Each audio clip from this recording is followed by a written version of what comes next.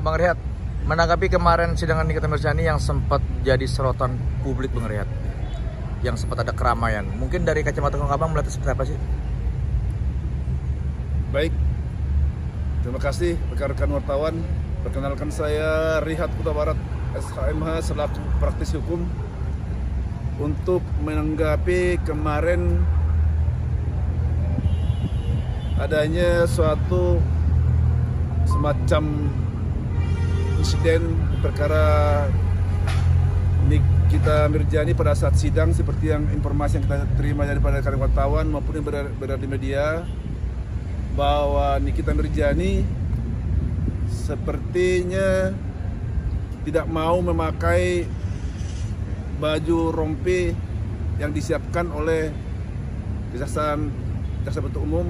Saya pikir dalam hal ini Nikita Mirzani ini harusnya ikutin aja SOP yang sebagaimana yang dilakukan oleh Jaksa Penuntut Umum. Tidak perlu harus seperti melakukan suatu perlawanan terhadap itu, karena nanti itu justru akan bisa sangat merugikan dia, karena nanti Jaksa Penuntut Umum bisa menganggap bahwa Nikita Mirzani ini terkesan seperti membuat suatu kegaduhan di dalam hal proses persidangan, kurang mendukung untuk supaya tertib ini dalam persidangan ini.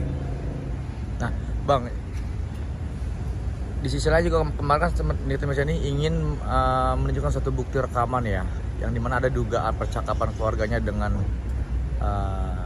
JPU, bahkan juga sempat menyinggung soal hakimnya, dan akhirnya tidak diberikan ruang untuk menunjukkan bukti itu, Bang, dan ditinggal itu. Dalam arti, menurut Abang, bukti yang ingin diungkap sama Nik Miri itu dan akhirnya tidak direspon dengan baik oleh hakim, gimana sih, Bang, menurut Abang? Baik, sebelum saya memberikan satu tanggapan terhadap hal ini, saya justru mau secara detail. Saya ini tengah terlalu ikutin di dalam proses di media. Apa sih kira-kira ini isi bukti daripada percakapan yang mau diberikan Nikita Mirzani ini, apa kira-kira isinya? Nah, itu ada dugaan percakapan kayak ada skenarioan lah gitu, terhadap perkara ini. Ya, percakapan ini percakapan terkait apa?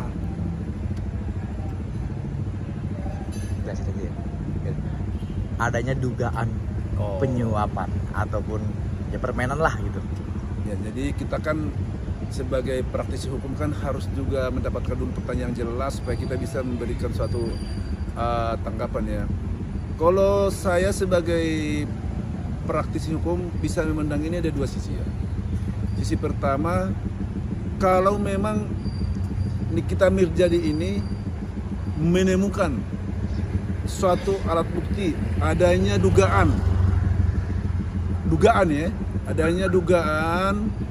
yang dilakukan oleh pelapor Reza Gladys, ya kan, seperti informasi yang beredar di media dan juga wartawan, bahwa diduga ada mau melakukan upaya penyuapan terhadap JPU. Ya, saya pikir harusnya ada langkah pertama harusnya yang dilakukan adalah kalau memang ada bukti ya, bukti yang valid, dia bisa langsung membuat laporan tersendiri ini langsung ke KPK bisa, ya kan? Langsung membuat laporan juga kepada pimpinan JPU ini, bisa ke Kejaksaan Agung, bisa, supaya perkara ini bisa diproses tersendiri secara hukum, karena memang ada suatu melakukan pelanggaran hukum, itu bisa, artinya supaya dia mendapatkan suatu proses. Tapi karena posisi Nikita Mirzani ini adalah sebagai seorang terdakwa di dalam laporannya Reza Gladys yang saat ini setelah dalam proses persidangan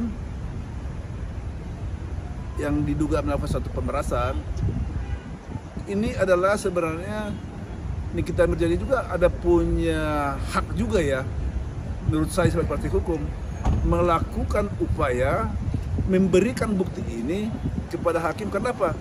Dia ini kan sekarang ini benar-benar pertarungan terakhir untuk membela haknya kan harus dilakukan. Apalagi misalnya ada indikasi bukti dia pegang sebagai ada dugaan penyuapan yang dilakukan oleh pelapor ini terhadap JPU yang menangani perkara ini. Kenapa itu memang bisa dilakukan atau kuasa hukumnya pun bisa, rekan kita Said Fahmi dan lain-lain bisa melakukan itu. Kenapa? Karena ini tujuannya adalah, kalau dalam hal ini dia ini, kalau memang hakim melihat ini memang benar ada indikasi petunjuk melakukan penjawaban, ini kan bisa akan berpengaruh, hakim bisa menilai berpengaruh terhadap mempengaruhi tuntutan jaksa penuntut umum. Artinya kalau jaksa penuntut umum menuntut ini berat, tapi karena ada pengaruh daripada bukti penyuapan ini, misalnya ini dugaan ini kan bisa menjadi pertimbangan hakim untuk nanti membuat putusan untuk meringankan tidak Nikita Mirzani. Jadi saya pikir kalau tujuannya untuk membela kepentingan hukum dia di dalam hal dia sebagai terdakwa ini bisa dilakukan, dia bisa diajukan lah, karena sesungguhnya bukti itu kan harusnya kan diajukan melalui penyidik, kejaksaan, DPU. Tapi kalau ini kan tindakan perkara lain ini yang bisa tapi mempengaruhi terhadap tuntutan dia, tuntutan dia nanti. Jadi bisa saja dilakukan itu. Namun seperti rekan-rekan tadi saya dengar mengatakan, namun waktu dia mengajukan dalam persidangan, hakim tidak mengabulkan permohonan dia kan. Nah, inilah salah satu yang menjadi memang kalau secara normatif kan begitu, tapi ini menjadi suatu kewenangan majelis hakim. Tapi kalau menurut saya tadi, saya profesor hukum, kalau hakimnya misalnya lebih bijaksana dalam hal ini, karena ini kepentingan pembelaan terhadap dia terdakwa, bisa aja diterima supaya hakim ini pun yakin kan kalau memang rekamannya itu tadi diterima dan diputar di dalam di persidangan transparan, kan hakim bisa melihat apa benar dugaan itu apa tidak gitu. Bang, tapi dalam perkara persidangan itu terdakwa boleh nggak sih Bang menunjukkan bukti Bang? Atau bukti itu hanya dalam ranahnya kuasa hukum atau terdakwa boleh itu? Bisa, karena jangan salah, yang punya kepentingan membela haknya terutama itu sebagai terdakwa adalah terdakwa sendiri. Walaupun ada kuasa hukum kan itu mendukung aja. Jadi bisa dia, karena yang menerima konsekuensi hukumnya kan dia, jadi dia yang harus terutama melakukan pembelaan terhadap dirinya. Bisa. Bang, tapi sangat disayangkan nggak sih Bang? Ini kan persidangan kan seharusnya kan bisa berjalan kondusif Bang ya, tetapi jadi itu. Menurut Abang itu sangat disayangkan nggak sih adanya kericuan kemarin? Ya, namun kalau saya sebagai praktisi hukum ya, kan di dalam ruang persidangan yang terhormat itu kan udah ada suatu tata tertib. Dalam hal ini, saya sendiri pun sebenarnya tidak melihat kericuan itu, tapi seperti yang kita dapatkan informasi daripada rekan-rekan wartawan maupun di media bahwa ada kericuhan di dalam ruang persidangan yang dilakukan oleh terdakwa Nikita Mirzani, ya kan? Jadi saya sebagai praktisi hukum tidak ada satupun alasan pembenar untuk Nikita Mirzani melakukan suatu kericuhan di dalam persidangan itu. Nah, Bang, tapi apakah menurut Abang tindakan JP itu melanggar asas HAM praduga tak bersalah Bang? Terkait tentang masalah apa itu? Tindakan JPU yang langsung memasangkan rompi dan borgolan. Kalau sesuai dengan SOP-nya, kan itulah SOP dari kejaksaan. Seorang terdakwa itu kalau pidana itu dia harus memakai rompi dan harus diborgol, ya kan gitu. Jadi saya pikir kalau kejaksaan bertindak itu udah profesional, itu dia sudah melakukan SOP sesuai dengan aturan dalam penanganan terhadap seorang terdakwa. Itu saya pikir itu udah profesional itu. Namun sebenarnya mungkin kan rekan-rekan sering juga melihat bahwa seorang terdakwa juga kan di dalam melakukan persidangan kadang-kadang tidak pakai rompi lagi tapi baju putih kan. Tapi itu kan dengan adanya permohonan kepada majelis hakim daripada terdakwanya ataupun pengacaranya, kalau berkenan diizinkan supaya klien kami tidak memakai rompi di dalam hal melakukan di dalam hal proses pemeriksaan. Kalau hakim mengabulkan ya bisa, karena yang punya aturan tata tertib acara sesuai dengan aturan hukum kan majelis hakim. Oke. Bang, terakhir Bang, ini yang sangat nyentrik bang, menjadi pusat perhatian masyarakat bang, sampai melibatkan puluhan personil bang dalam mengawal Nikmir dari ruang sidang ke mobil tahanan. Bahkan juga ada mengatakan melebihi perkara-perkara para pejabat ya bang. Mungkin tanggapan bang gimana bang melihatnya?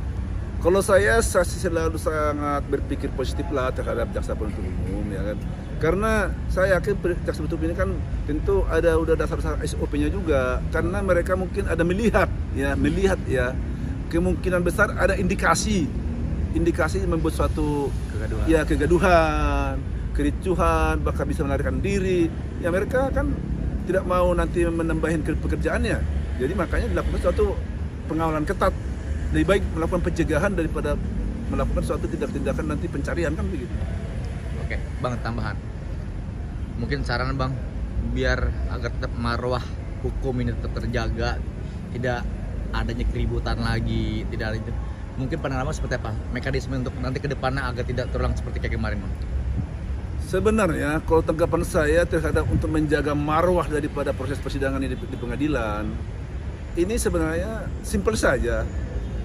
Para penegak hukum ini, baik misalnya jaksa maupun pengacara maupun hakim, ikutin aja aturan prosedur SOP yang telah dilakukan yang ada dalam proses ruang persidangan.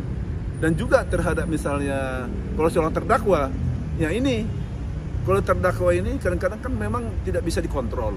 Tapi kalau terdakwa ini sesungguhnya melakukan aksi-aksi yang melanggar suatu tata tertib dalam persidangan, di ruang persidangan yang terhormat itu akan merugikan diri sendiri.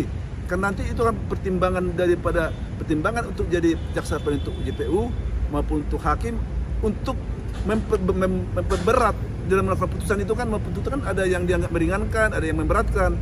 Jadi kalau melakukan suatu langkah-langkah seorang terdakwa melakukan suatu langkah-langkah atau yang tidak atau suatu gerakan atau perilaku yang tidak sesuai dengan tata tertib dalam yang diatur telah ada dalam persidangan, itu akan merugikan diri sendiri.